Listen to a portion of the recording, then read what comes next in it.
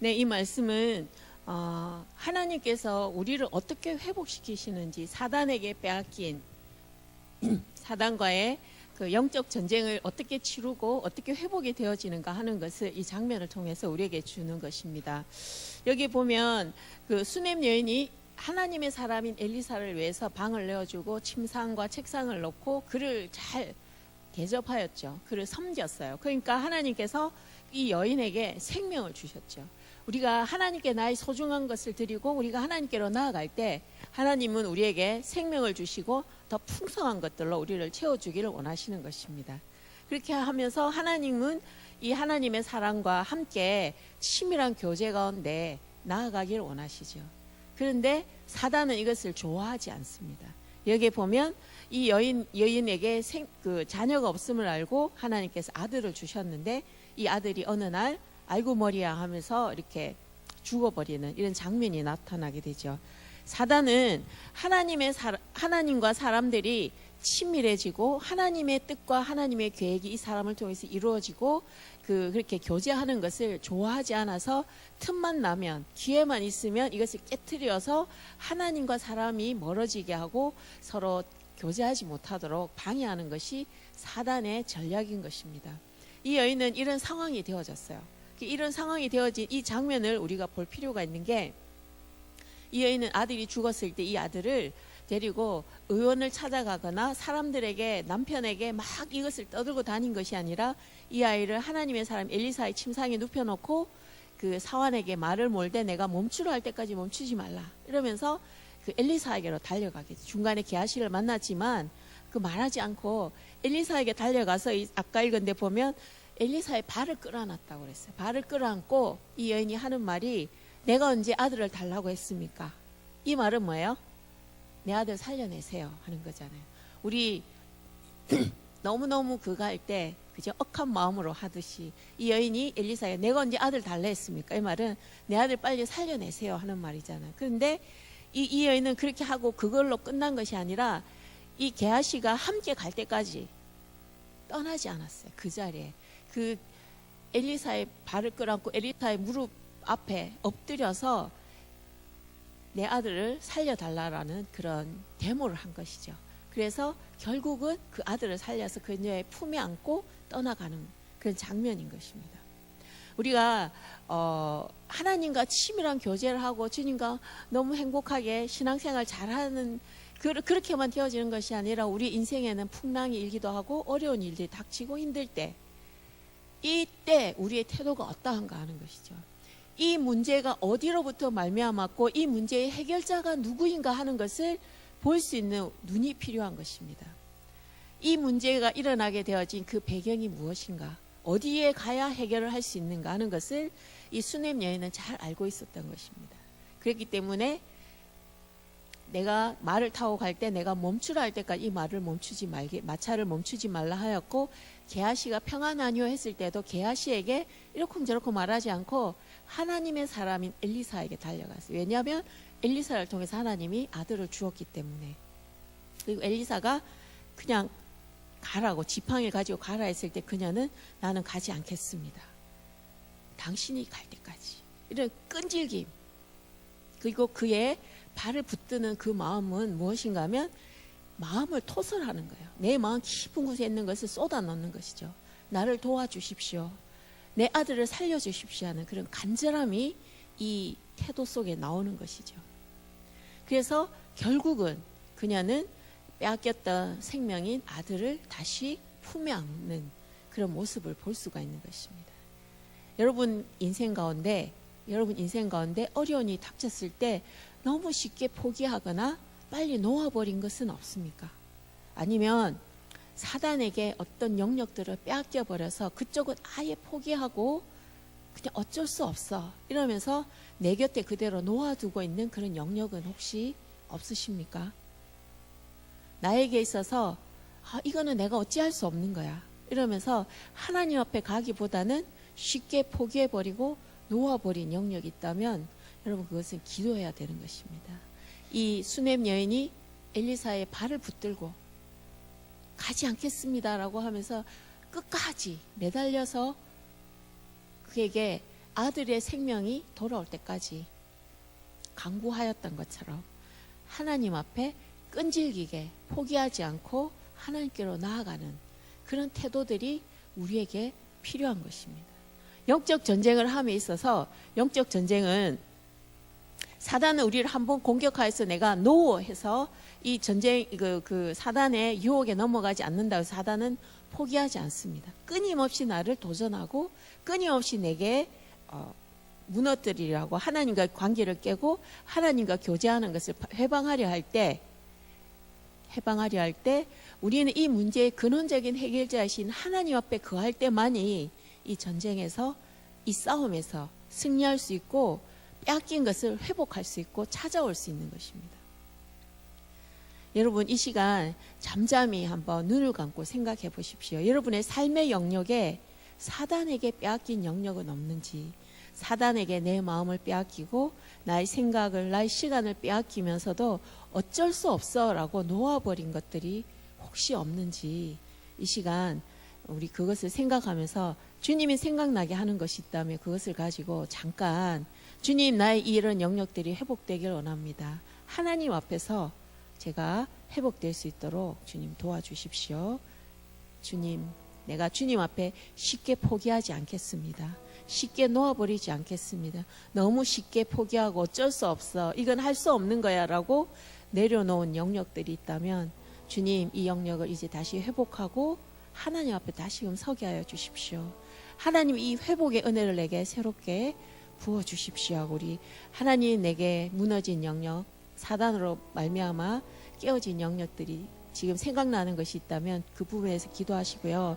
기억이 나지 않으시면 하나님 내게 하나님께 더 가까이 나아가서 이 영적 전쟁에서 믿음으로 하나님과 동행하며 승리할 수 있는 삶을 살도록 주님 저를 도와주십시오 하고 우리 잠잠히 한번 우리 자신을 위해서 기도하도록 하죠. 할렐루야. 하나님 감사합니다. 주님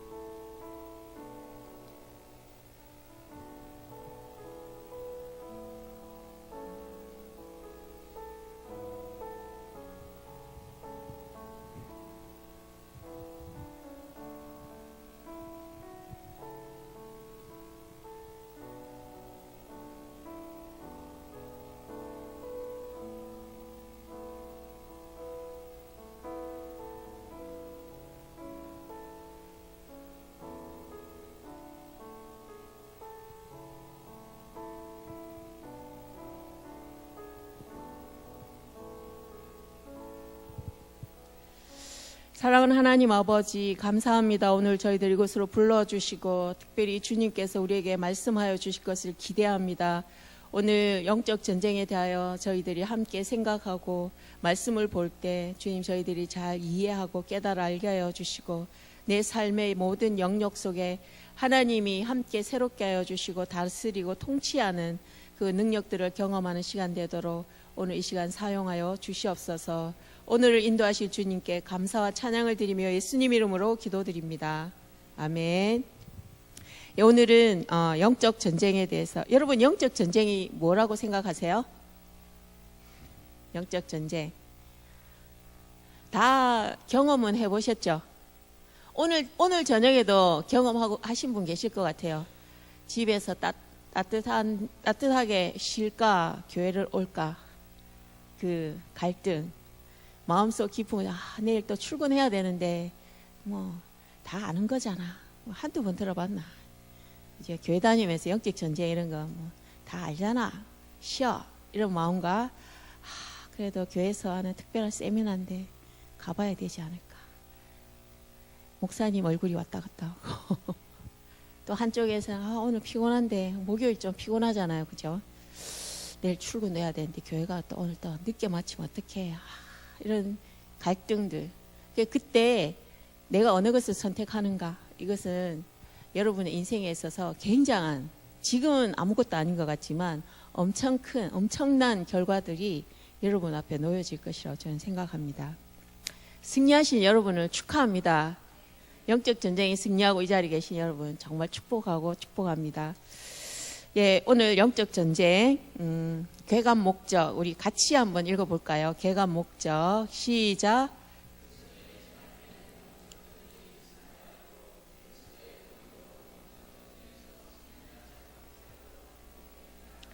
예, 오늘 이 강의는 세미나는 그리스도인의 삶에 우리의 삶에 영적 전쟁이 있음을 알고 그리스도의 권위로 영적 전쟁에서 승리하도록 우리가 어떻게 하면 승리할 것인가 하는 것을 잘 이해하고 돕는 데 있습니다.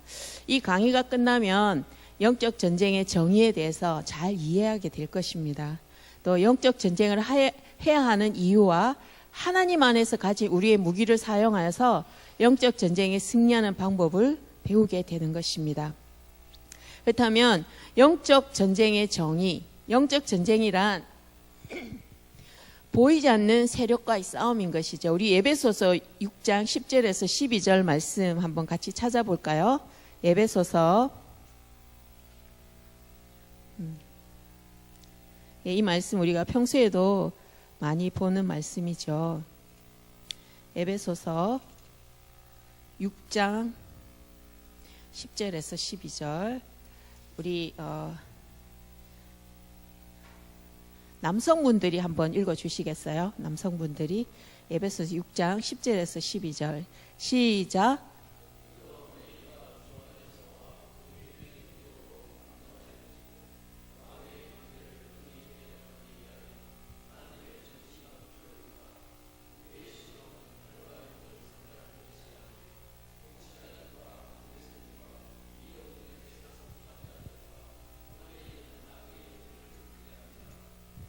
아멘.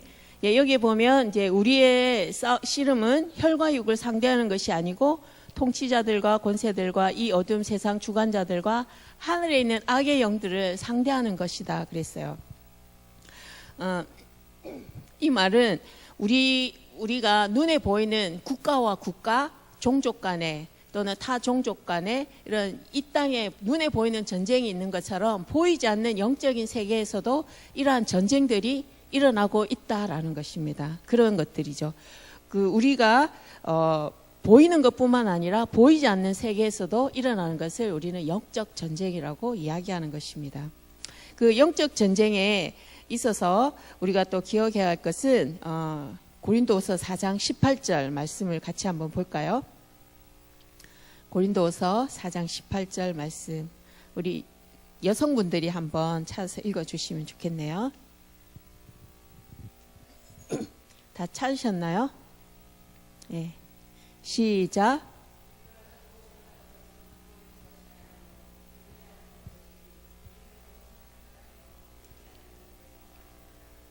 예.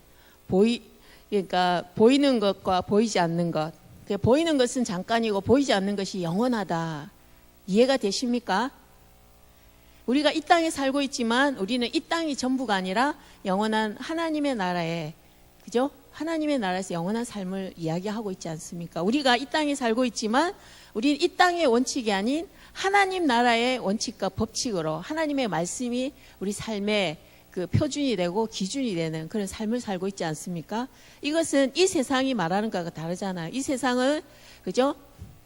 눈에는 눈, 이에는 이 이렇게 한다면 그리스도인은 뺨을 맞으면 다른 뺨을 내어주고 그죠? 옷을 달라고 하면 하나 다 벗어주고 이게 굉장히 이 세상과는 다른 원칙과 법칙으로 우리가 살아가고 있는 것이죠. 그것처럼 영적인 전쟁에 있어서 보이진 아니하지만 우린 이 영적인 이 전쟁에 많은 영향을 받고 있다라는 것입니다. 영적인 예를 들면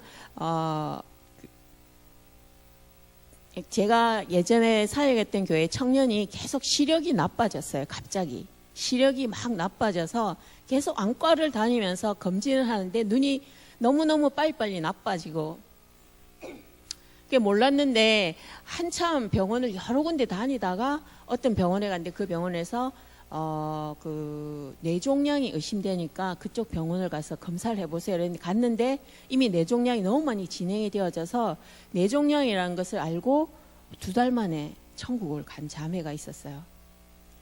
우리는 계속 시력이 나빠지니까 안과를 가라고 좋은 안과를 추천해주고 막 했었지만 실상 그 사이에 이 자매는 뇌에 암덩어리가 자라면서 그것이 시신경을 건드려서 눈이 나빠지는 것인데 너무 우리는 그런 상황을 몰랐기 때문에 그러니까 우리는 눈에 나타나는 그런 모습이 전부가 아니라 그 너머에 그 뿌리에 그죠? 나무가 자랄 때 나무가 잘 자라게 하기 위해서는 그 나무의 뿌리가 든든해야 되는 것처럼 우리가 이 땅에 살고 있지만 우리가 잘 살기 위해서는 이 영적인 이 세계에 대해서 우리가 잘 이해하고 대비해야만이 건강하게 승리하는 성령 충만한 그리스도인의 삶을 살아갈 수 있게 된다라는 것입니다.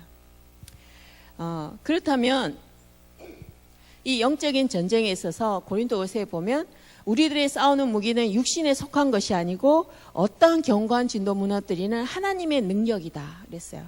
그러니까 우리는 영적인 전쟁을 함에 있어서 보이지 않는 전쟁을 함에 있어서 우리의 무기는 누군가 하면 바로 하나님의 능력이 우리의 능력이 되어지는 것이라는 거죠. 아까 수넴 여인이 아들이 죽었을 때 그 죽음 자체에 집중하기보다는 이것을 해결할 자가 누구인가를 알고 엘리사에게 달려갔던 것처럼 우리에게 일어나는 모든 일들의 근원적인 해결자가 누구인가, 이 문제를 해결해 주실 분이 누구인가 하는 것을 우리가 잘 기억하고 있어야 되는 거죠. 영적 전쟁을 굉장히 두려워하거나 무서워할 필요가 없이 우리가 하나님을 잘 알고 내 인생의 주인이 누구이고 나를 이끌어 가시고 나의 인생을 책임질 분이 누구인가 이것을 알고 그분에게 달려가면 되는 것입니다. 그분 앞으로 나와서 엎드리면 되는 것이죠. 그분 앞에 나와 내 마음을 토설하고 쏟아 넣으면 주님 도와주십시오. 주님 살려주십시오. 이렇게 기도하기 시작할 때 그리고 이 여인이 아들이 일어날 때까지 엘리사를 떠나지 않았던 것처럼 이 문제가 해결될 때까지 영적 전쟁에 승리할 수 있는 또 한 가지 포인트는 뭔가 하면 하나님 앞에 계속 머물러서 포기하지 않고 끝까지 주님을 붙들고 있어야 되는 것입니다. 적당히 대강하다가 포기하면 백전백패하게 되어지는 것입니다. 하나님을 붙들고 하나님의 능력을 무기 삼아서 우리가 싸우는 것이죠. 그렇다면 이 영적 전쟁은 누가 하는 것입니까? 이 영적 전쟁은 누가 할까요? 이 영적 전쟁은 베드로의 신앙 고백에 보면 나오죠. 마태복음 16장에 보면 사람들은 인자를 누구라고 하느냐라고 질문하죠. 사람들 인자를 누구라고 하느냐. 그렇게 그 다음에 너희는 나를 누구라고 생각하느냐. 너희는 나를 누구라고 하느냐라고 하는 질문에 답이 있습니다. 주는 그리스도시요 살아계신 하나님의 아들입니다라고 고백을 했죠. 이것은 뭔가 하면 이 영적 전쟁의 주체가 누구인가 하는 것을 이야기하는 것입니다. 영적 전쟁의 시작은 언제일까요? 영적 전쟁 언제부터 시작되어질까요? 본인을 생각해 보세요.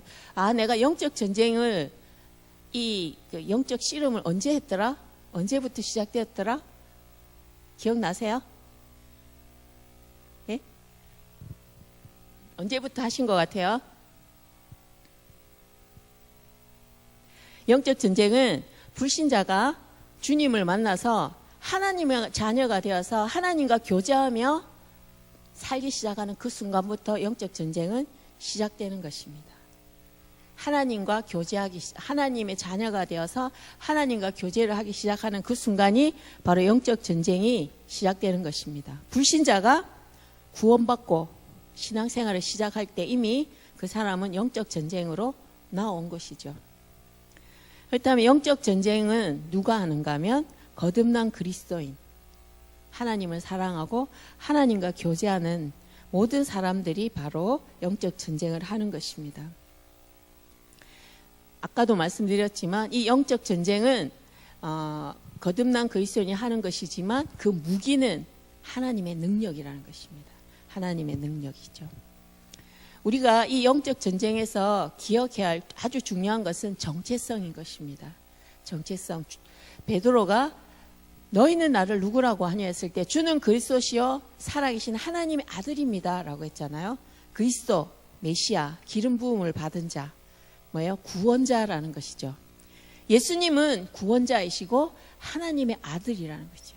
요한복음에 보면 끊임없이 주님이 이 땅에 왜 오셨고 누구인가 하는 것을 계속 이야기하고 계시잖아요. 예수님은 본인의 정체성과 해야 할 사명을 분명히 아셨기 때문에 주변 사람이 핍박이나 조롱이나 그 어느 것에서 흔들리지 않으셨고 묵묵히 주님이 가셔야 할 길을 가실 수 있었던 것처럼 우리들도 이 영적 전쟁에서 승리하기 위해서는 내가 누구인지, 나의 사명이 무엇인지를 잘 알아야 되는 것입니다. 내가 누구인가? 나는 하나님의 사랑을 입은 자녀라는 것이죠. 하나님이 나를 사랑하셔서 예수 그리스도 이 땅에 보내어 십자가에 죽게 하실 만큼 나를 사랑하신다는 것. 주님은 나를 정죄하고 판단하고 그런 분이 아니라 하나님의 무한한 긍휼의 풍성한 사랑으로 나를 사랑하는 그 사랑을 입은 존재라는 것을 우리가 기억해야 되는 것이죠. 그 다음에 하나님이 나를 통하여 이 땅에서 이루어가길 원하시는 하나님의 비전, 사명, 소명이 무엇인가 하는 것을 우리가 알아야 되는 것입니다. 선교사로 나가고 특별한 그런 것들이 있을 수 있겠지만 지금 현재 내가 있는 이 자리가 바로 하나님이 나를 세우셨고 이곳에서 하나님의 영광을 드러내도록 나를 이 자리에 세우신 분이라는 확신이 있게 되어진다면 우리는 어떠한 영적인 싸움에서도 영적인 전쟁에서도 흔들리지 않고 나의 일을 할 수가 있는 것입니다. 그죠? 집에서 자녀를 키우고 가정 살림을 하지만 그곳에 하나님이 나를 이 가정의 선교사로 기도하는 사람으로 나를 보내셨다. 이런 그것을 그 사명을 잘 감당하게 되어진다면 이런 영적인 도전 앞에 우리가 흔들리지 않게 되는 것이죠. 직장에서도 전혀 기독교와 상관이 없는 직장이 바로 나의 일터 교회를 만들며 그곳에 하나님의 나라를 꿈꾸고 하나님의 나라를 세워가겠다는 비전, 소망이 주님이 주셨다면 그곳에서 핍박받고 월급도 작고 구박받는다 할지라도 주님이 있으라고 하면 있는 것이죠. 주님이 그만해야 하면 그만하면 되는 거예요. 근데 그에 앞서서 내가 하나님의 사랑을 입은 자이고 하나님이 나를 이곳에 세우셨다라는 확신이 있어야 되는 것입니다. 만약에 여러분 안에 나는 내가 누구인지 모르겠어. 하나님 어떤 때 나를 막 사랑하시는 것 같고 성령 충만할 땐 기쁘고 감사하지만 어떤 때는 하나님 날 별로 사랑하지 않는 것 같아. 하나님과 좀 먼 것 같고 왠지 불편하고 그러면 하나님께로 나오셔야 돼요. 그래서 하나님과 그 교제가 회복되어져야 됩니다. 하나님이 내게 어떠한 분인가? 예수 그리스도가 나를 위해서 행하신 일들을 생각하며 하나님 앞에 개인의 삶의 예배가 회복되어지면 이 정체성이 회복되어지는 것이죠. 하나님이 나를 어떻게 사랑하시고 내가 누구인가 하는 것을 알고 나의 사명을 아는 사람은 삶의 추진력이 있습니다. 나는 도대체 내가 뭘 해야 될지 주님이 날 사랑하시는 것 같기도 하고 아닌 것 같기도 하고 내가 이번 주간에 큐티를 잘하고 교회 헌금도 하고 봉사도 하고 이러면 주님이 날 많이 사랑하는 것 같고 내가 뭐 큐티도 잘 안 하고 기도회도 잘 안 오고 뭣도 안 하고 약간 불의한 일도 하고 게임도 좀 많이 하고 그죠? 도박도 좀 하고 뭐 이런 등등등 세상 사람이 하는 거 같이 하다가 주식도 막 이렇게 하고 이러면서 헌금하는 돈 아껴서 주식하고 뭐 이렇게 하고 이러면 좀 주님이 날 덜 주식이 이렇게 좀 다운되고 이러면 하나님 날 벌 주셨나? 하나님 날 덜 사랑하시나? 그리고 성경 볼 시간은 없어도 그죠? 주식 동향 이런 거 막 계속 보고 이렇게 딴 거 컴퓨터에서 막 이것저것 하는 거 많이 할 수 있죠. 우리는 내가 무엇을 더 사랑하는가 그것에 따라서 내가 하나님을 사랑하고 하나님과의 그 교제함이 하나님이 나를 향해 갖고 계신 관점이나 초점들이 점점 흐려지기도 하고 더 선명해지기도 하는 것입니다. 내가 주님께로 나아가는 만큼 우리는 주님을 더 잘 알 수가 있고 주님을 만나면 만날수록 더욱 사랑하게 되어지고 그 하나님을 사랑하는 그 마음을 갖게 되어질 때 나를 향한 하나님의 계획하심과 내 인생에 대한 나를 향한 하나님의 비전과 계획을 더 선명하게 볼 수 있게 되어지는 것이죠. 이 정체성과 사명을 분명히 알게 되어질 때 세상 사람이 뭐라고 해도 상관이 없이 나는 나의 길을 갈 수가 있는 것입니다. 다른 사람들이 너는 도대체 뭐 하는 사람이냐 너 뭐 하냐라고 말을 해도 당당할 수가 있는 거예요. 이런 것이 없는 사람은 당당하지 않습니다. 당신 뭐 하는 사람이에요? 라고 물어볼 때 쭈뼛거리고 말하지 못해요. 그러면 꼭 사단이 공격을 하죠. 네가 얼마나 가치 없는 자이고 무능력한 자이고 무력한 자인가. 그러면 점점 사람은 우울해지고, 그죠? 깔아앉게 되죠. 스트레스를 많이 받아서 소주 한 잔 마시고 회복하러 가고, 이런 청년들이 실상 많이 있습니다. 그건 뭔가 하면 내가 누구인가도 모르고 나의 사명을 모를 때 그렇게 되어진 거지. 이 영적 전쟁에 있어서 아주 중요한 것은 내가 누구인가, 나의 사명이 무엇인가, 하나님이 나를 통하여 이 땅에서 이루어가기를 원하시는 하나님의 꿈과 비전이 무엇인가 하는 것을 아셔야 되는 것입니다. 잘 모르시면 하나님께 물어보세요. 기도해 보세요. 그리고 여기 계신 부모님들이 만약에 그것이 분명하다면 여러분의 자녀들도 분명해질 수 있어요. 왜? 자녀들은 부모님을 보고 배우기 때문에 그런 것들을 알게 되어지는 것입니다. 베드로의 그 신앙 고백, 주는 그리스도시요 살아계신 하나님의 아들입니다라고 고백한 것은 엄청난 사건이죠. 그것이 바로 오늘날 우리의 고백이기도 하지 않습니까? 그리고 그것은 곧 내가 누구인가 하는 것을 정확하게 우리가 이해하고 알게 되어지는 것이죠. 하나님의 아들, 하나님의 아들이라는 그 정체성이 있기 때문에 예수님은 어떠한 시험과 고난과 비웃음과 조롱 속에서도 당당하실 수 있고 그분이 하셔야 할 일을 당당하게 하셨던 것처럼 이 시대 혼란스럽고 세상은 더 하는 이 세상 속에 아무것도 없어도 즐겁고 행복할 수 있고 감사할 수 있는 그런 힘은 뭔가 하면 내가 누구인가, 내가 지금 왜 이곳에 있는가 하는 것을 정확하게 아는 것, 이것이 영적 전쟁의 승리에 있어서 아주 중요한 키가 되어지는 것입니다. 저는 여기 계신 여러분들이 이 정체성과 나를 통하여 하나님이 이 땅에서 이루어가기를 원하시는 하나님의 꿈과 비전을 꽉 붙들고 사시는 여러분들이 되기를 축복합니다. 예, 이미 다 가지고 계시겠지만 혹시 희미해지셨다면 하나님 앞에 기도하십시오. 그래서 여러분의 삶이 더 추진력이 있고 힘차게 달려가는 그런 믿음의 삶을 살아가시기를 부탁드립니다. 이러한 사람들은 굉장히 변화가 있죠. 그 사도행전 3장에 보면 베드로와 요한이 구시에 기도하러 올라가잖아요. 그죠? 그들이 어떤 사람이었어요? 예수님을 다 배반하고 떠나고 도망가고 예수님 십자가 달릴 때 그렇게 했던 그 제자들이 기도하며 이 주님이 그들에게 주신 사명을 알게 되어지고 주님을 알게 되어졌을 때 올라가다가 안진뱅이를 향하여 뭐라고 그랬죠? 내게 은과 금은 없으나 나사렛 예수 그리스도 이름 말하노니 일어나 걸어라 그랬어요. 굉장히 놀라운 일 아닙니까? 도망가고 숨었던 제자들이 그렇게 불과 길지 않은 시간에 그 성전 그 기도하러 올라가는 많은 사람들이 있고 안진뱅이를 향하여서 그 짧게 말하지 않았을 거잖아요. 내게 은과 금은 없으나, 은과 금이 없는 것도 이 자기의 그 사명이나 이런 게 약하면 부끄럽잖아요. 그죠? 지갑에 돈이 없다는 게 그 시절이나 지금이나 돈이 없으면 많은 사람들이 위축되어 있었는데 이 제자들은 주님의 사명으로 불타는 마음이 있었기 때문에 내게 은과 금은 없으나 나사렛 예수 그리스도 이름으로 일어나 걸어라! 하고 크게 선포했죠. 그가 일어났잖아요. 그때 3장 10절에 보면 뭐예요? 주변 사람들이 깜짝 놀랐다고 그랬어요. 이렇게 사명으로 믿음으로 자기 정체성이 분명한 한 사람으로 말미암아 많은 사람들이 하나님의 역사하심을 보고 깜짝 놀라며 하나님을 찬양하고 하나님께로 나오게 되는 것입니다. 이 영적 전쟁을 통하여서 이런 일들이 수없이 일어나는 것들을 우리는 경험할 수 있는 것입니다. 그러기 위해서는 내가 누구인지 나의 사명이 무엇인지를 정확하게 알고 붙드는 것.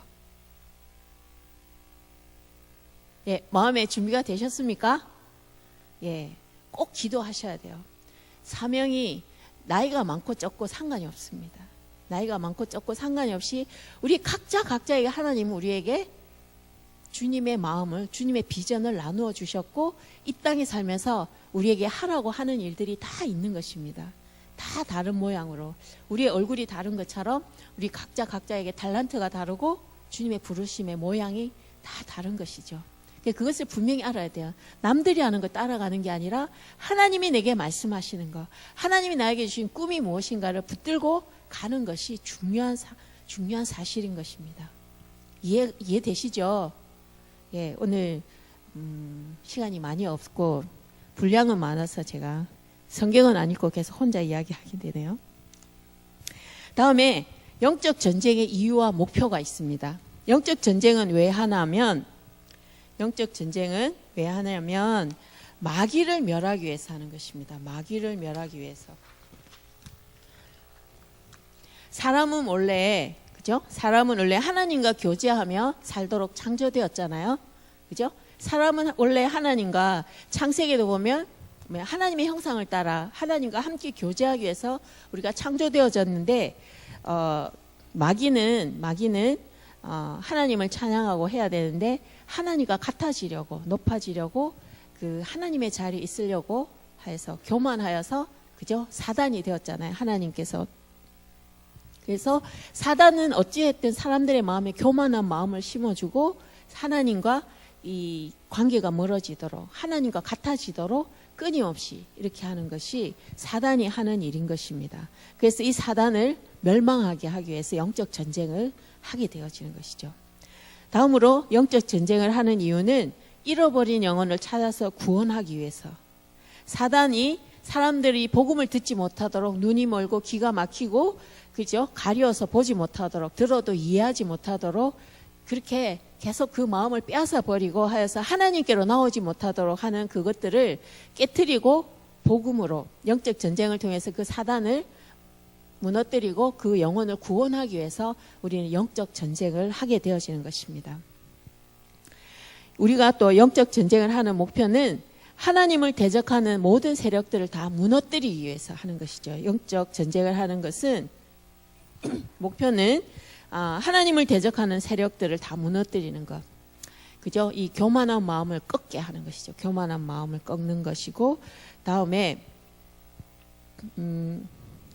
하나님의 영광을 자기의 것으로 가로채는 그런 것들을 무너뜨리는 것이 영적 전쟁의 목표인 것입니다. 다음으로 우리의 영적 전쟁의 대상에 대해서 우리가 같이 생각을 해볼까요? 영적 전쟁의 대상.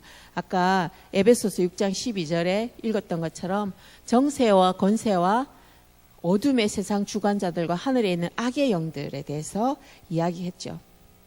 요즘 우리나라가 굉장히 많은 사건과 일들이 있죠. 우리 여기 연령대가 다양하신데 80년대 대학을 다니시거나 이렇게 한참 데모하고 막 이렇게 해가지고, 그죠? 정권도 이렇게 바뀌어보고 대통령도 바꾸고 많은 일들이 있었잖아요. 그런데 어때요? 대통령이 바뀌고 막 내가 새롭게 이 나라 이민족을 어떻게 해보겠습니다 하고 대통령이 됐지만 그 대통령들마다 다 자기 배를 불리고 자기 욕심을 채우고, 우리는 점점 더 피폐하고 힘들어지고, 법을 바꾸고, 그죠? 사창가를 없애겠다 이래가 막 했지만 오히려 그 사창가가 그 현장에는 없어졌지만 온 그 동네 주택가로 들어가서 오히려 더 안 좋은 영향력을 끼치고, 범죄와의 전쟁 이러면 더, 그죠? 조폭들은 더 교모하게 이제는 그 엘리트 조폭을 키워가지고 다 이렇게 어떤 지방에 있는 어떤 대학은 조폭이 접수해서 학생회장이 다 조폭이 지명하면 회장이 되는 그런 캠퍼스도 포항에 있습니다. 조폭이 이렇게 다음번 회장을 지명한대요. 그럼 걔가 되는 거예요. 그 캠퍼스는 조폭이 장악해서 조폭을 이렇게 키우는 대학이 되어버린. 범죄의 전쟁을 해서 우리가 범죄가 없어진 게 아니라 더 교묘하게 이렇게 바뀌어지는. 그게 뭔가요? 우리의 힘으로, 우리의 생각으로, 우리의 방법으로는 이 세상에 이런 것들을 이길 수 없다라는 것입니다. 어둠의 정사와 권세와 어둠의 세상 주관자들이 이 일들을 계속 꾸며내고 사람들의 마음에 어두운 마음들을 가지고 이렇게 하기 때문에 이런 것들이 우리는 영적인 것으로 해석을 해야 되는 것이죠. 그냥 법을 바꾸고 대통령을 바꾸고 정권을 바꾸고 한다고 해서 우리나라가 좋아지고 살기 좋아지고 이렇게 되는 것이 아니라는 것입니다. 이 모든 것들은 하나님이 통치하시고 하나님의 능력으로만이 새로워지고 바뀌어질 수 있다는 것이죠. 예, 제가 이렇게 말한다고 뭐 여당인가 이렇게 저 여당이나 야당이나 아니고 저는 하나님 당입니다. 예, 제가 막 이렇게 하면 예, 어떤 당이 아니라 그냥 그런 것입니다. 예, 요새 무서운 세상이 돼가지고. 예. 다음으로 그 견고한 진이라고 우리가 성경에서 이야기하는 것은 뭔가 하면 그 사상이나 문화, 종교, 학문, 철학 이런 것들을 통해서 장악하는 그런 것들이죠. 예를 들어서 캠퍼스에 이슬람의 돈을 받아서 유학을 갔다 오신 교수님이 한 분 계시면 기독교인들을 굉장히 박해하거나 표면적으로는 그렇게 안 하지만 학점을 잘 안 주고 숙제를 굉장히 애매한 것을 내주면서 그리스도인들로 하여금 불편하게 하면서 학점을 안 준다라든지 또는 학교에 그 기독교 이런 동아리 활동을 교묘하게 이렇게 막아버리는 그런 것들이 캠퍼스 안에 실제로 많이 일어나고 있는 일들이거든요. 그래서 그 이슬람의 재정으로 유학을 갔다 오고 이렇게 공부하신 교수님들 또는 무신론자 이런 교수님들이 서서 학생들을 학문이란 이름으로 그 기독교를 무시하고 멸시하게 하고 하나님에 대해서 함부로 폄하하는 그런 일들이 사실 캠퍼스 안에 많이 일어나고 있는 것들이죠. 그런 것들이 다 견고한 진이라고 할 수 있습니다. 그리고 전통 문화라는 이름으로 그 우리나라의 정부에서 무당이나 이런 사람들 데려다 문화라는 이름으로 미화하면서 공연을 한다라든지 이렇게 소개하면서 그 어떤 외국인이 말하기를 한국이 불교 국가인 줄 알았다. 왜 그러냐? 그러니까 이렇게 무당들이 이렇게 공연하고 이런 것들을 보고 한국이 그 이런 무속의 나라, 불교의 나라 이런 건 줄 알았다. 이런 이야기들을 제가 듣기도 했었거든요. 이런 것들을 볼 때 여러분 어때요? TV나 이런 데 나오면 많은 교회 다니는 분들도 그냥 입 벌리고 이러면서 쳐다볼 때 많죠? 그런 거 할 때 여러분 그 동조하거나 이렇게 하면 절대로 안 되는 것입니다. 그것을 보는 눈이 있어야 돼. 똑같은 걸 보더라도 내가 어떤 관점으로 이것을 보고 있고 그것에서 내가 무엇을 기도할 것인가 이런 것들을 찝어내는 영적인 분별력과 통찰력이 필요한 것이죠. 영적 전쟁을 할 때 내가 하나님의 자녀로서의 정체성과 사명이 분명한 사람들은 그것을 더 잘 볼 수 있는 눈이 열리게 되는 것입니다. 다음으로 우리가 생각해야 될 것은 사단의 속성. 사단은 교만한 자랍니다. 아까 그 하나님을 섬기던 천사가 그죠? 타락해서 교만해서 쫓겨난 것처럼 사단의 속성 첫 번째는 교만인 것이죠. 교만. 그 다음에 사단의 속성에 있어서 그 다음으로는 참소하는 자. 참소는 뭐죠? 정죄하는 거죠. 정죄하는 거. 그래서 무고하게 상대를 고소하거나 그죠? 사람들을 그리스도인들을 끊임없이 참소하여서 낙심하게 하거나 죄책감이 시달리게 하고 또 우울증에 빠지게 하는 그죠? 죄의식을 막 심어주는 것입니다. 막 이렇게 그래서 불안하고 두렵게 하고 그래서 심하면 사살까지 하는 그런 일들이 일어나겠죠. 사단이 그렇게 끊임없이 정죄하게 되어진 겁니다. 그래서 다른 사람에 대해서 그 격려하고 생명을 살리고 이런 것이 아니라 그 사람을 무너지게 하고 피폐하게 하는 그런 것들이 사단의 속성인 것이죠. 다음에 사단은 꾀이는 자라고 있어요. 속이는 자랍니다. 속이는 자. 그래서 사단은 사람들을 굉장히 입체적으로 광범위하게 유혹하고 속이는데 뛰어난 존재인 것입니다. 그래서 사람들이 사단은 온갖 상상력을 동원해서 하나님을 멀어지게 하고 범죄하게 하는 일들의 선수인 것입니다.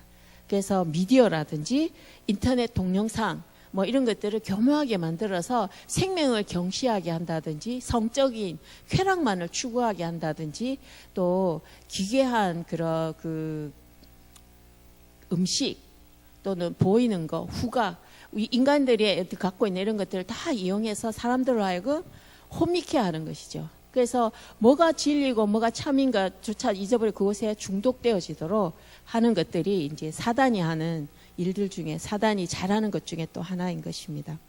다음으로 사단의 속성은 거짓말장이죠. 거짓말장이. 성경에도 보면 사단은 거짓말의 아비다라고 이야기하고 있습니다. 다음에 사단은 공중권세 잡은 자. 그래서 참되신 하나님께 순종하지 못하도록,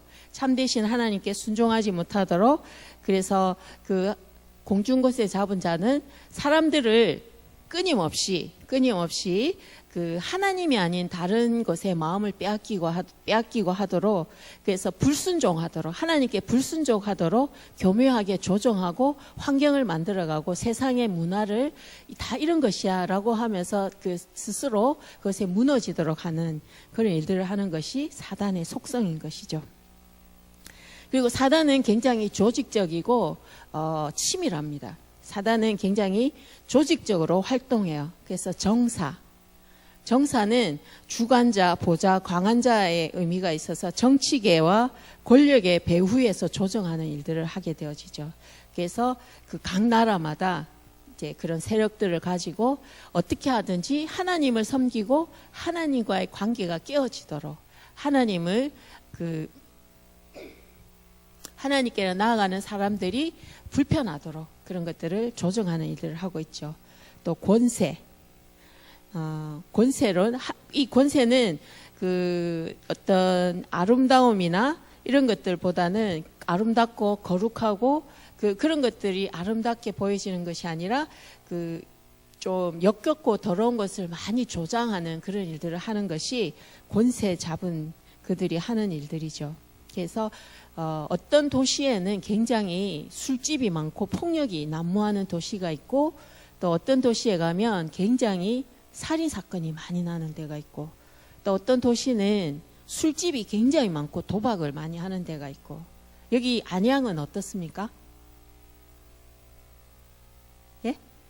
깨끗합니까? 예. 전에 그 분당에 계신 분이 천당 밑에 분당이라고, 분당이 아주 좋다고 하시던데 안양도 프라이드가 좋으시네요. 예, 서울을 생각하면 어떤 것 같아요? 저는 부산 출신이거든요. 그래서 한참 이것을 준비하고 공부하면서 부산의 역사에 대해서 공부를 해봤습니다. 그 도시마다의 특성이 있잖아요. 여러분들도 한번 기도하면서 이 안양은 어떠한 역사와 하나님 앞에 어떤 도시인가 하는 것들을 한번 생각해 보세요. 그때 우리 부산에서 이렇게 같이 기도하고 하시는 분들하고 이야기할 때 부산은 산과 바다와 강이 있는 굉장히 아름다운 곳입니다. 하나님이 지으실 때 부산을 굉장히 그 산과 바다와 강이 있는 그런 도시가 세계에 그렇게 많지 않다고 그러더라고요. 그래서 쉼과 회복이 되는 참 아름다운 도시였어요. 그런데 언제부터인가 부산은 난폭 운전의 그 대명사처럼, 그죠? 제가 부산에서 운전을 배웠거든요. 저는 예전에 부산에 있을 때 언제든지 내가 가고 싶은 차선으로 난 달린다. 이것이 저의 운전 습관이었습니다. 예, 초보 때부터. 예, 거칠게 하죠. 그리고 부산은 굉장히 싸움도 잘하고 조폭도 많고 토막살인도 나고 마약도 있고 많은 그런 일들이. 왜 그럴까? 부산은 왜 그럴까? 그리고 아시아 최대의 매음굴인 완월동이라는 곳이 있었어요. 창녀 사창까지요. 어릴 때는 못 가봤지만 이제 중간에 한번 갔는데 못 들어가겠더라고요. 막 이렇게 그 식육점도 아닌데 핑크색 유리로 된 안에 예쁜 여자들이 드레스 입고 앉아 있고 이렇거든요. 이렇게 해서 이제 사람을 사서 이렇게 성을 사고 파는 곳이죠. 굉장히. 그런데 그 완월동이란 곳 그 건너편 산에는 길을 가면 딱 이렇게 대나무에 풍선이 달려 있습니다. 점치는 집이죠. 근데 풍선의 개수에 따라서 모시는 동자가 숫자라고 그러더라고요.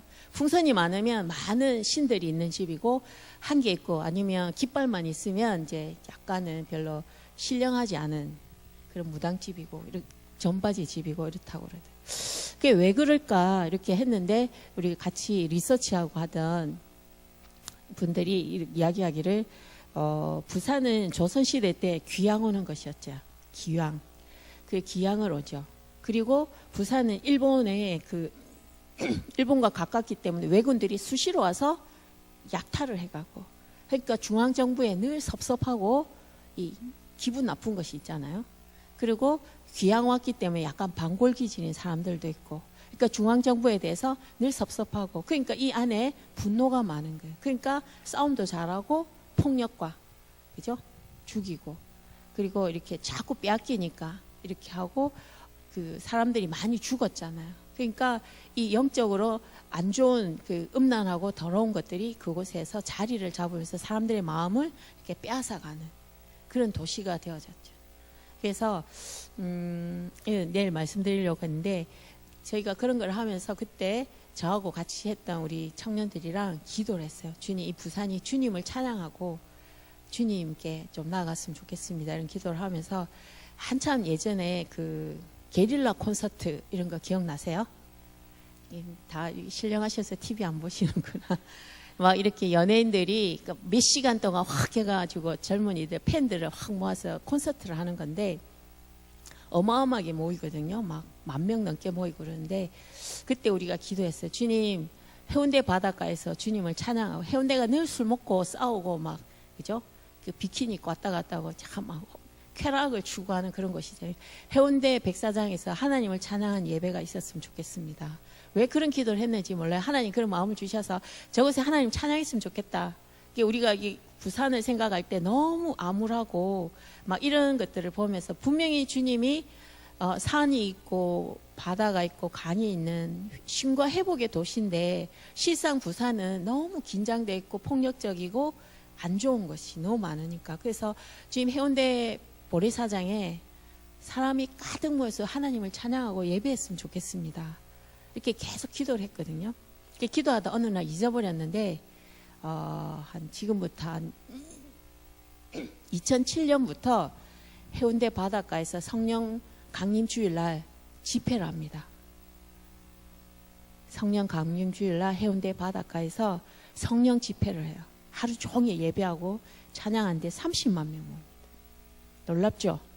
부산 성시화를 위해서, 하나님의 나라를 위해서. 뭐 사람들은 그냥 목사님들끼리 모여서 의논하고 그 성시화 운동본부에서 한다라고 하지만, 저는 기도했잖아요. 그 볼 때마다 뿌듯하죠.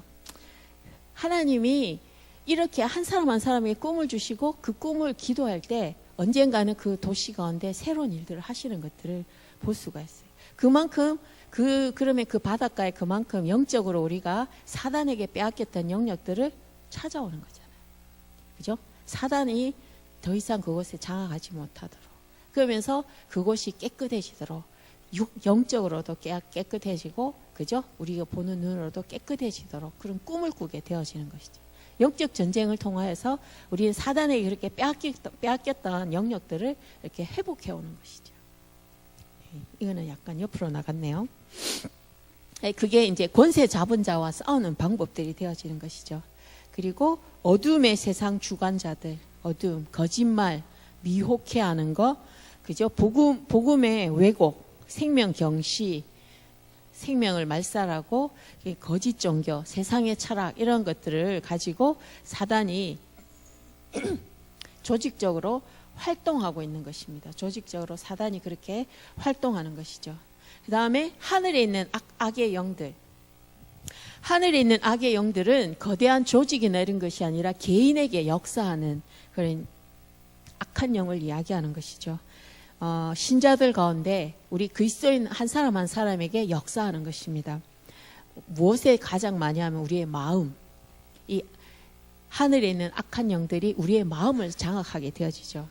우리의 감정적인 것에 있어서 우리의 마음에 교만한 마음을 심고, 우리의 마음에 교만한 마음을 심어주고, 또 거역하고 불순종하게. 여러분, 영적인 리더에게 거역하는 것은 더 깊은 곳에 보면 하나님에 대해서 거역하는 것입니다. 깊은 곳에. 그래서 저는 교회 안에 문제가 생기고 했을 때 이 불순종하기 시작하면 결국은 그 사람은 하나님을 거역하고 하나님께 반항하고 불순종하는 사람이 되기 때문에 그것이 위험하다는 것입니다. 여러분 영적인 권위자에게 교회 안에 지도자, 장로님이나 권사님들의 어떤 말들이 있을 때 여러분 순종하는 것은 곧 그분 뒤에서 역사하시는 하나님께 순종하는 것이라는 것을 기억하십시오. 여러분 안에 거역하는 마음, 불순종하는 마음을 심은 것은 바로 하늘에 있는 악한 영들이 우리의 마음에 그것을 심는 것입니다. 던지는 것이죠. 이것을 여러분이 들어왔으나 거절하시면 되는 거예요. 순종하기 시작할 때 거절하는 것이죠. 그러니까 마음을 빼앗기지 않게 해서 우리 잠언의 말씀이 있잖아요. 내 마음을 지켜라. 생명의 근원이 이에서 나느니라 그랬어요. 우리의 마음을 빼앗기기 시작하면 어둠의 영들에게, 사단에게, 하늘에 있는 악한 영에게 이 마음을 빼앗긴 것입니다. 이 마음을 빼앗기면 처음에는 마음을 빼앗기지만 점점 그것의 종노릇하게 되어지는 것이죠. 다음에 하늘에 있는 악한 영이 우리의 무엇을 지배하냐면 생각, 우리의 생각을 지배하게 되는 것이죠. 우리의 생각. 우리의 생각, 부정적인 생각, 열등감, 두려움, 자기 비하, 실패감, 정죄감 이런 것들을 우리의 생각을 통해서 계속 심어주는 것입니다. 야, 너는 그럴 수밖에 없지. 네가 무슨 능력이 있냐. 네가 네가 할 수 있는 게 뭐가 있냐. 봐라. 목사님이 오늘 너를 쳐다보고 웃어주지도 않잖아. 너는 이미 이 교회에서 존재감이 없는 거야. 필요 없어. 이런 생각들을 막 사단이, 어둠의 영들이 주는 것이죠. 하늘에 있는 악한 영이 그런 마음을 주는 것입니다. 이럴 때 어때요? 거룩하지 못한 생각, 비교하는 생각. 여러분 생각해 보십시오. 이것이 하나님께로부터 왔겠습니까? 아니죠. 이런 것들을 여러분 생각을 빼앗기지 않게 해서 말씀을 묵상해야 돼요. 말씀을. 우리 고린도후서 10장 3절에서 5절 한번 볼까요? 고린도후서 10장 3절에서 5절. 우리 남성분들이 한번 읽어주시겠습니까? 찾으셨나요? 예, 시작.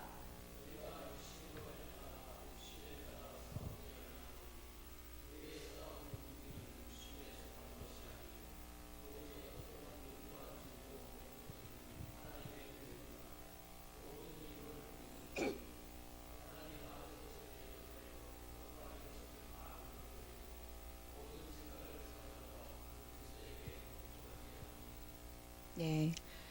우리로 하여금 거룩하지 못한 생각을 하게 하는 것이나 비교하게 하는 생각들이 들 때마다 하나님의 말씀으로 이것을 바꿔야 되는 것입니다. 근데 한번 허용하면, 한번 그런 생각이 오면 우리의 생각은 끊임없이 생각을 하면서 발전해 가게 되어지고 그것을 묵상하게 되는 것입니다.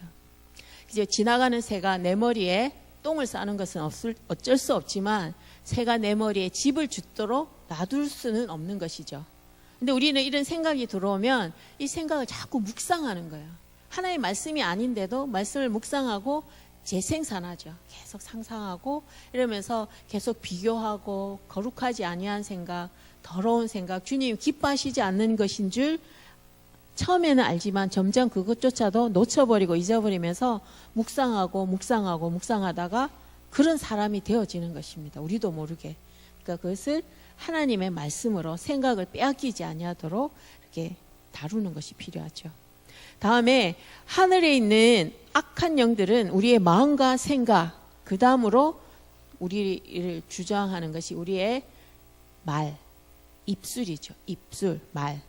그래서 비판적인 말, 부정적인 말은 다른 사람을 상하게 하는 것입니다.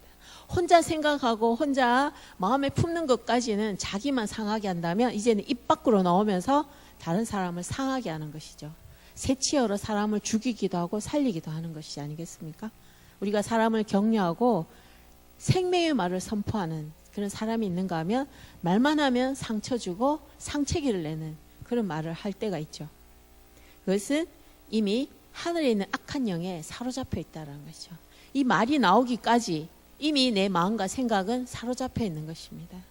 그래서 말과 입술을 잘 지켜야 되는 것이죠. 그리고 그 전에 나의 생각에 그런 생각이 들어올 때, 그런 마음이 내게 들어올 때 어떻게 해요? 하나님의 말씀으로 씻어내는 것이죠. 하나님께로 나아가서 고백하세요. 정직하게. 그리고 또 한 가지 방법은 영적인 멘토나 동력자를 만드세요. 그래서 요즘 나 너무 나쁜 생각, 허망한 생각, 음란한 생각, 더러운 생각을 너무 많이 하고 묵상해. 나를 위해서 기도해줘. 라고 말할 수 있는 동력자가 있어야 되는 것입니다. 내가 육신이 충만해도 나의 마음을 정직하게 나눌 수 있는 옆에 기도해주는 친구가 있다면 그 사람은 무너지지 않습니다. 그래서 저는 같은 구역이나 남녀 전도회 선교회에서 그런 좀 정직한 나누음, 나 요새 너무 이렇게 거룩하지 않은 이런 일들을 하고 있고 이런 생각을 하고 있어라고 고백하고 이렇게 하면 서로 경계하고 기도해주고 하면서 무너지지 않도록 도와줄 수가 있습니다. 그래서 사단은 굉장히 조직적이고 정책적으로 이렇게 하는데 우리는 너무 혼자 각계 전투하려고 하다가 더 많이 무너지게 되죠. 그래서 옆에 좋은 동력자, 교회 안에 그런 그 공동체가 있잖아요. 선교회도 있고 뭐 무슨 위원회도 있고 그러니까 그런 데서 좀 마음이 통할 수 있는 그런 분들한테 이렇게 표현을 하세요. 아니면 목사님한테, 사모님이나 전도사님, 목사님들 계시잖아요. 그러면 요새 나 너무 마음이 시험 드는 것 같아요. 요즘 계속 사람들만 보면 욕하고 싶고 부정적이고 막 잘못한 것만 눈에 확 들어오고 강조되어지고 이렇습니다라고 고백하는 것 좋아요. 그리고 내가 혹시 이상한 짓을 하면 말해달라. 저는 제 주변에 있는 간사들한테 내가 혹시 이상한 소리 하거나 이상한 말 하면 꼭 말해. 내가 욕심으로 하는 것이 있거나 약간 정신 나간 짓을 하면 꼭 말해줘 하고 부탁을 해요. 전국에 있는 사람들한테, 그 멀리 있는 사람들한테도 그러면 냉정하게 말해줘요. 왜 그래요? 이렇게 말해주거든요. 그러면 이제 생각을 하죠. 그러면 조금 멈춰지거나 고치게 되어지는 거예요. 막 욕심이 생기잖아요. 어떤 하나님 제가 실패했던 그것을 저는 반복하고 싶지 않거든요. 어제 말씀드린 것처럼 저는 주님 없이 주님 일을 하다가 실패한 경험이 있기 때문에 너무 두려워요. 주님, 저희 이 미련함을 다시 범하지 않게 해주십시오 하는 안전장치로 제 주변의 많은 사람들에게 내가 혹시 이상한 짓을 하거나 좀 육신이 충만한 것 같으면 꼭 말을 해다오 이렇게 부탁을 해요. 그 말을 많이 해주죠. 간사님 요새 기도합니까? 누가 나한테 간사님 요새 기도 잘하세요 하고 물어보는 사람이 없죠. 제가 연차도 있고 그러니까. 근데 그 사람들은 저한테 말해요. 봐라 요새 이상하네. 간사님 요새 기도 별로 안 하는갑지 이러면서 막 말해요. 그러면 어떻게 알았어? 이러면 간사님 딱 표시난다 이러면서. 말이 일단 세상적으로 세속적으로 욕심이 막 붙는 것 같다. 이러면 이제 제가 겸비하죠. 안 돼. 이러면서. 이런 친구가 있는 것이 영적 전쟁에 있어서 우리가 이길 수 있는 방법이 되어지는 것입니다. 그래서 나 시험 들 것 같아요. 라고 말할 수 있는 주변에 동력자를 만들어 두세요. 그래서 성령 충만할 때도 나누지만 육신이 충만할 때, 내 욕심이 충만할 때 이렇게 나누면서 말하면서 또 정리가 되잖아요. 여자들은, 남자들은 잘 모르겠지만. 그러면 이제 옆에서 기도해주고 이게 말을 함으로 하나님 앞에 나를 돌아보기 때문에 더 이상 가진 않습니다. 근데 혼자 하고 묵상하고 생각하면 굉장히 엉뚱한 데서 폭발할 수가 있어요. 그러니까 나누십시오. 정직하게. 그래서 우리의 마음과 생각과 입술을 하나님께 온전히 붙들린 바 되어지도록 점검하는, 이것이 악한 영들에게 사로잡히지 않는 방법인 것입니다. 지금까지 계속 사단이 이렇고 막 계속 이야기를 했잖아요. 그러면 무시라, 내가 이렇게 맨날 사단만 신경 쓰다가 어찌 살아남겠나 이렇게 생각할 수도 있지만 사실 그렇게 우리가 두려워할 존재는 아닌 것입니다. 왜? 주님이 십자가에서 이미 승리하셨기 때문에 우리는 주님의 능력을 붙들고 있다면 이미 승리의 길을 걸어갈 수 있는 것입니다. 사단이 존재한다는 것을 인정은 하되 두려워하거나 물러서서는 안 되는 것입니다. 우리를 승리케 하시는 하나님의 손길을 바라보고 의지해야 되는 것이죠. 하나님의 능력으로 싸우는 싸움이기 때문에 베드로와 요한이 나사렛 예수 그리스도 이름으로 일어나 걸어라 라고 말을 할 수 있었던 것 같은 그 주님의 능력을 붙들고 있다면 우리 이 영적 전쟁에서 승리할 수 있는 것입니다. 사단의 존재는 인정하되 두려워하거나 겁내거나 피할 필요는 없어요. 왜? 내 안에 계신 주님이 이미 승리한 싸움을 내가 싸우는 것이기 때문에 그것을 내가 취하는 것입니다. 그러니까 주님의 능력을 붙들고 주님의 손을 붙들고 함께 나아가면 승리할 수 있는 것입니다. 그러나 사단이 이렇게 교묘하게 나를 무너뜨리고 공격하는 것을 잘 이해하지 못할 때는 도대체 나에게 왜 자꾸 이런 일이 생기는가? 이런 경험들이 우리로 하여금 실망하게 될 때도 있고 힘들게 될 때가 있어요. 저는 제가 이런 강의도 하고 공부도 했지만 제가 민감하지 못했을 때 어떤 일이 있었냐면 꼭 결정적으로 내가 여름 수련회 때나 이런 때 중보기도를 하는데 그 수련회를 가기 전날 꼭 저는 저희 부모님 다 돌아가시고 결혼한 남동생이 지금 부산에 있거든요. 근데 동생 집에서 전화가 오면 가슴이 철렁해요. 몇 년 전인데 꼭 여름 수련회 CC 여름 수련회는 거의 10,000명 가까이 모이고 제가 중보기도 팀을 이끌고 해야 되는데 긴장해서 주님 어쨌든 이번 수련회 우리 온 학생들이 새롭게 변화되어지고 주님의 제자가 되게 도와주세요. 그럼 어떻게 하면 기도회를 우리 간사들과 함께 할까 막 이런 생각을 하는데 전화가 오면 첫 해에는 어떤 일이 있었냐면 동생이 등산 갔다가 떨어져서 갈비뼈가 부러졌다는 거예요. 수련회 운전하고 들어가는 중에 전화를 받았어요. 너무 가슴이 무너지고 힘든 거예요. 수련회 가서. 그래서 그날 이렇게 수련회 일주일을 보내고 동생한테 갔는데 동생이 병원에 입원해 있고 좀 금방 나았어요. 근데 그리고 저는 잊어버렸어요. 근데 그 다음 해에 또 수련회 가기 전날 또 동생이 다친 거예요. 그래서 2번을 경험하면서 왜 이런 일이 생길까? 이러면서 이건 사단의 영적인 공격이구나. 이것을 한참 뒤에 알게 돼요. 그래 그 다음부터는 미리 기도했어요. 주님 보호하여 주시고 내가 동생 때문에 더 이상 휘둘리거나 나의 가야 할 길에 흔들리지 않도록 동생을 보호해 주십시오. 보혈로 덮습니다. 이런 기도를 오래전부터 한 달 전부터 동생 가정을 위해서 기도했어요. 그 뒤로 한 번도 전화 온 적이 없어요. 이런 일로는. 그전에는 제가 그것에 대해서 제가 이런 거 강의도 하고 했지만 막 일만 하느라고 이것을 보지 못하고 놓쳐버리는. 우리 안에 이런 일들이 있죠. 그죠? 꼭 교회 오려고 할 때마다 집에 무슨 일이 생기고 기도하려고 할 때마다 뭔가 은혜 받고 좀 이렇게 시작시 해보려고 하면 꼭 예상치 못했던 그죠? 평소에 맨날 늦게 오는 남편이 되게 빨리 온다든지 뭐 안 오시던 시집 식구들이 와갖고 이렇게 집에 가서 일을 해야 되고 이게 마음이 어렵고 그럴 때 절대 속으로 사단이 이러면서 가족들 욕하면 안 되고 축복하고 하나님 내가 미리 대비하는 기도를 하셔야 돼요. 주님 내가 이 일을 하는데 내 환경 때문에 내가 이것을 제한되지 않도록 예비해 주십시오. 준비시켜 주십시오라고 여러분이 깨어서 기도하기 시작하면 그런 것들이 미리미리 처리가 된다는 거죠. 막 전에 어떤 권사님은 막 왼수가 집에 있다 이러면서 막 교회 오려고 할 때마다 교회 와서 뭔가 하려고 할 때마다 막 이렇게 힘들고 그러니까 사단 마귀 왼수가 우리 집에 있다. 절대 그러면 안 되는 거예요. 미리 기도하고 예비하면 돼요. 왜? 이미 승리한 싸움을 우리가 싸우고 있는 것이죠. 그리고 어떤 일들을 할 때 그것에 대해서 하나님께 미리미리 기도하는 그것이 이 영적 전쟁을 승리하는 데 있어서 대비하는 것이죠. 저걸 알고 나를 알면 백전백승이잖아요. 사단은 이미 나를 약간은 괴롭힐 수 있으나 나를 무너뜨릴 수 있는 그런 존재가 아닌 것입니다. 그렇기 때문에 미리 기도하고 대비하고 예비하면 순적하게 지나갈 수가 있는 것이죠. 승리할 수가 있는 거예요. 그 이상을 감당할 수가 있는 것입니다. 예, 그래서 우리가 가진 영적 무기는 성령의 전신 갑주인 것입니다. 여러분 이 말씀 주일학교 때부터 노래도 부르고 막 아시잖아요. 이게 정말 좋은 무기거든요. 진리의 허리띠, 의의 흉배, 구원의 투구, 복음의 신, 믿음의 방패, 성령의 검. 이것을 날마다 우리가 거울을 보고 화장하고 밖에 나갈 때 거울 앞에 서서 무장을 하세요, 여러분이. 그래서 밖에 가서 회사에서나 바깥에서 이런 공격에서 내가 이길 수 있도록 하나님과 함께 동행하겠습니다.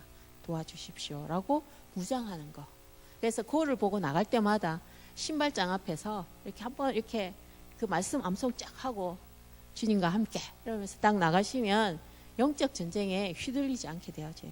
우리의 마음과 생각과 입술을 지킬 수 있고 내가 휘둘리지 않고 믿음으로 승리할 수 있는 그런 걸음걸음이 되어지는 것입니다.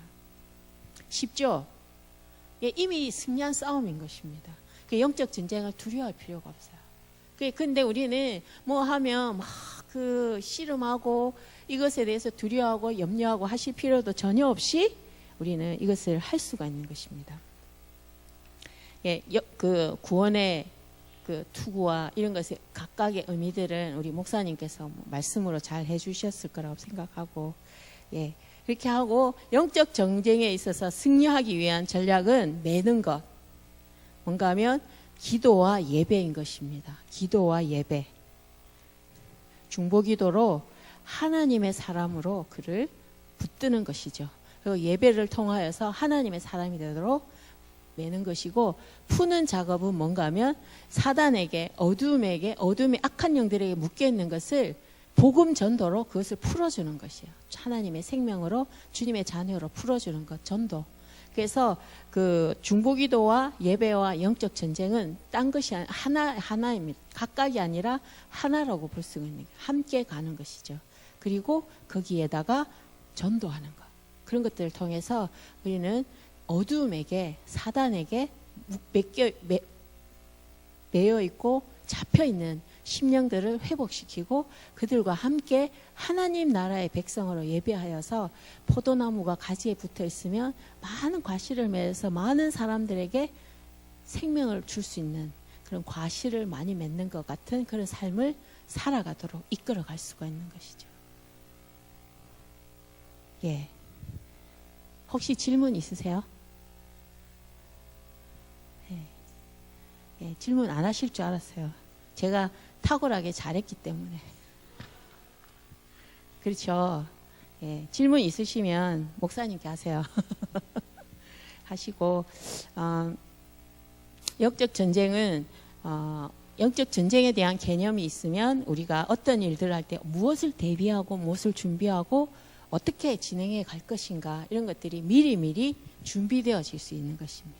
두려워할 필요는 없어요. 이미 승리한 싸움이고 이런 것이 있다라는 것을 알아야 되는 거예요. 그래서 나에게 반복적으로 내가 은혜를 받으려고 할 때마다, 내가 주님께로 가까이 나가려고 할 때마다 뭔가 자꾸 걸리는 것이 있다.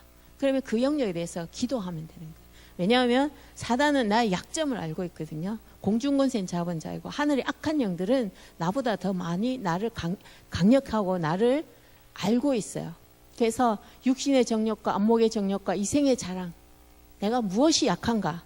내가 보는 것에 약한지, 욕심이 많은지, 성에 약한 건지, 이런 것들이 우리 각자에게 돈이, 물질이 나를 약하게 하는 것들이 있다면 사단은 나보다 훨씬 더 잘 알고 있어요. 그래서 나의 어떤 부분을 건드리면 내가 쉽게 무너지고 하나님 앞에 서지 못할 것인가를 사단은 이미 알고 있다는 것이죠. 그런데 아무 생각이 없이 사단이 그렇게 공격하면 우리는 쉽게 무너지는 것이죠. 그러나 그걸 알게 될 때 하나님께 그 영역까지 맡기고 기도하는 거예요. 그리고 주님의 보혈로 나를 덮고 주님의 그 능력으로 나아가는 것이죠. 주님, 내가 이 영역에 약합니다. 주님, 저를 주님께 더 집중하고 내가 누구이며 나의 사명이 무엇인가에 더 집중할 수 있는 그 믿음을 제게 부어주십시오. 그렇게 될 때 우리는 백전백승, 영적 전쟁에 승리하는 믿음의 사람들이 될 수가 있는 것입니다. 예, 할렐루야. 예, 다 승리하시는 삶을 사실 것을 믿으시죠? 예, 감사합니다.